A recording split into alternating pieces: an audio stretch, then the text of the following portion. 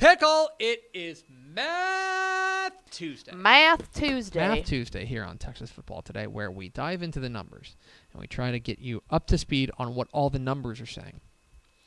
So I've been laying out the 6A pages for the 2022 summer edition of Dave Campbell's Texas Football. Go to texasfootball.com/subscribe to get it mailed to you before it hits newsstands. And 6A, you may remember, the largest classification in Texas high school football, UIL Texas high school football, you may remember is unique because it is the only classification in the UIL left that does not pre-split their divisions.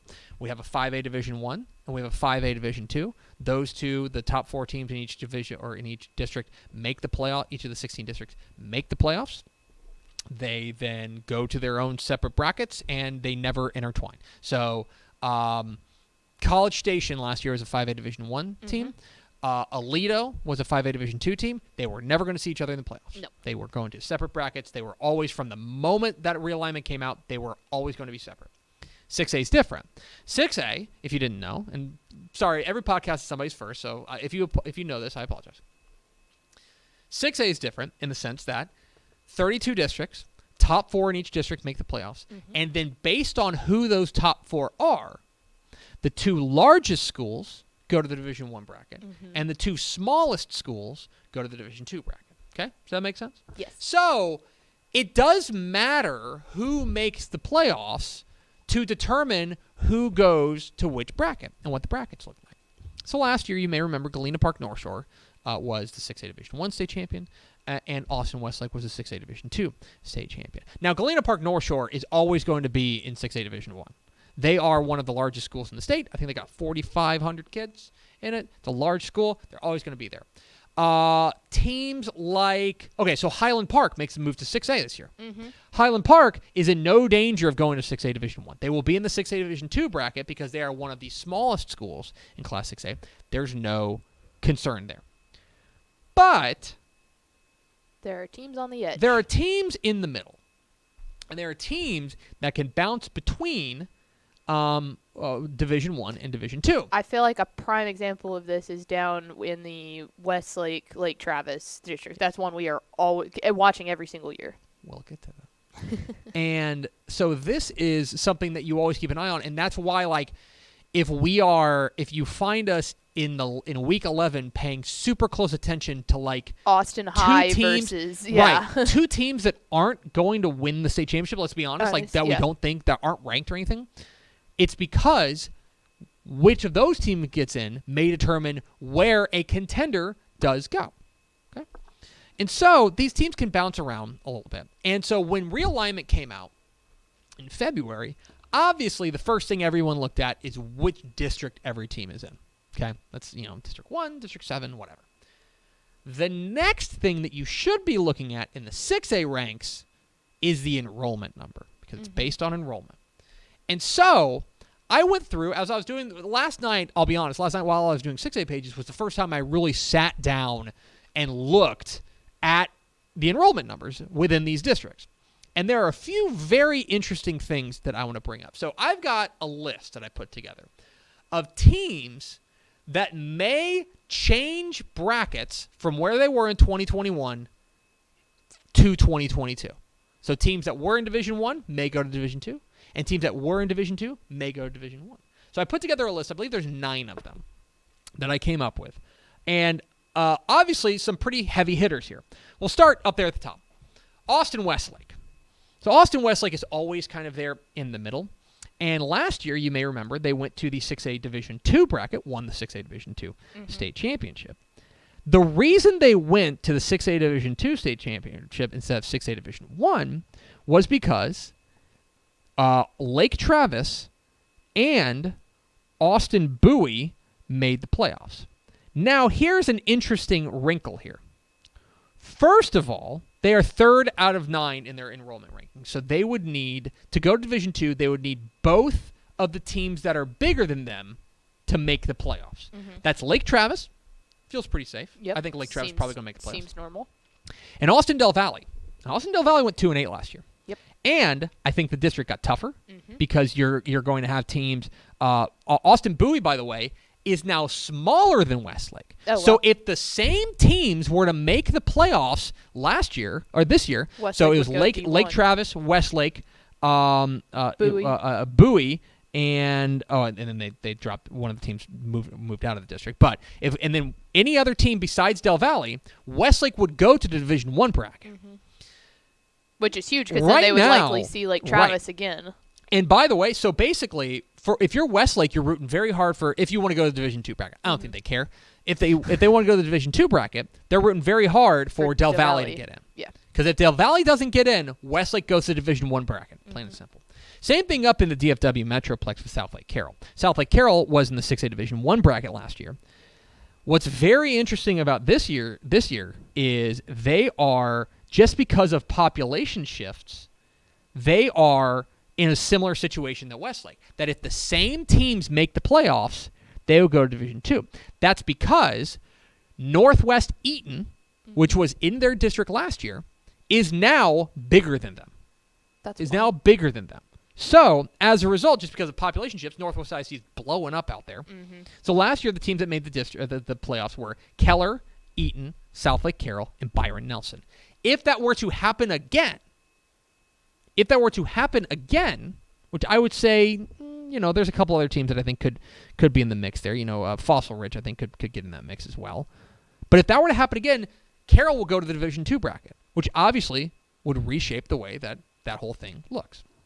DeSoto's another example. Mm-hmm. DeSoto has been a long-time Division I team, but they are now, by virtue of one school coming into their district, and that is Skyline. Skyline, moving into their district, really throws things off because they are bigger than them. Also, Waxahachie's now bigger than DeSoto. So similar thing, that if the same teams were to make the playoffs this year, which were Waxahachie, DeSoto, Cedar Hill, and Duncanville, Cedar Hill go DeSoto will go Division II with Cedar Hill instead of, because Waxahachie has outgrown them. Mm-hmm. In the Houston area, Alvin Shadow Creek, it's so crazy to think about this. Remember, they won a 5A state championship just a few years ago. Yep. And now they're 6th out of 8 in enrollment in their district, which means they are almost certainly going Division I. Mm-hmm. They're almost certainly going Division I. Or rather, they're 6 out of 8. So I should say the two teams, if they are smaller than them, they would go Division I. Now, who are those two teams? One of them is Pearland Dawson. I think they're one of the 4 best teams in that district, in District 23 6A. The other one's Strake Jesuit, and that's going to be the real curveball here. If Jesuit gets in instead of A-Leaf Taylor, if Jesuit gets in instead of Alvin, then Shadow Creek goes to Division I, which would be crazy to see them in Division pretty I. likely. I would say it's going to be... Out of that, I would think that Jesuit would get in over the other two. I think Strake's probably going to be slight favorite, maybe, with the way that it looks. Rockwall Heath's another one. Rockwall Heath is now they are the 3rd biggest school in their district, in District 10. As a result, they would need both teams that are bigger than them, Rockwall and Mesquite Horn, to make it. That would mean that Tyler Legacy would have to miss the playoffs, or Mesquite, or other good teams, or Royce City, by the way. Yeah, that seems a little more far off. So they look like they're probably going Division I would say right now. There's a good chance they're going Division I. Same thing goes. Now, one team that's guaranteed to change is Prosper. Prosper's been blowing up. Prosper's huge. Prosper is now the 2nd biggest team in their district. Yep. Only Allen is bigger than them. So they're guaranteed to go. And that's never going to change. They're guaranteed to go Division I. Right. No doubt about it. Their days of being in Division I or Division II are probably over. Rock Hill is growing, but not as fast as Prosper itself is. The one in the middle, so let's go to District 12, where there's 2 teams that I think are very interesting. Temple and Killeen Harker Heights. Now, remember, Killeen is opening a new school. Killeen Chaparral. So as a result, I believe they're pulling from Harker Heights. Yes. And so their enrollment has plummeted. They are now the smallest team in that district. So they are definitely going Division II, no matter what. Which is crazy because we thought that they were legit contenders in Division I last year. Temple's interesting. Temple's right in the middle of their district. There's 7 teams. They're the 4th biggest. So if 2 teams... Bryan Hutto and Midway are bigger than them. Bryan Hutto and Midway are bigger than them, exactly.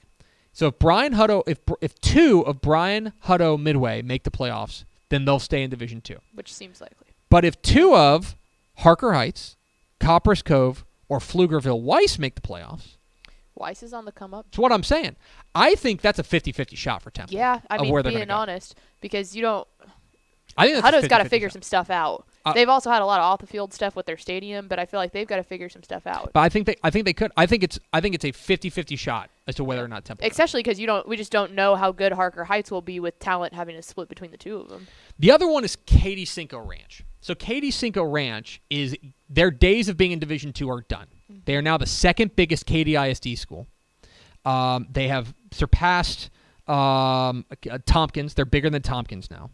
And the way that district breaks out, they are guaranteed to go to the Division I bracket.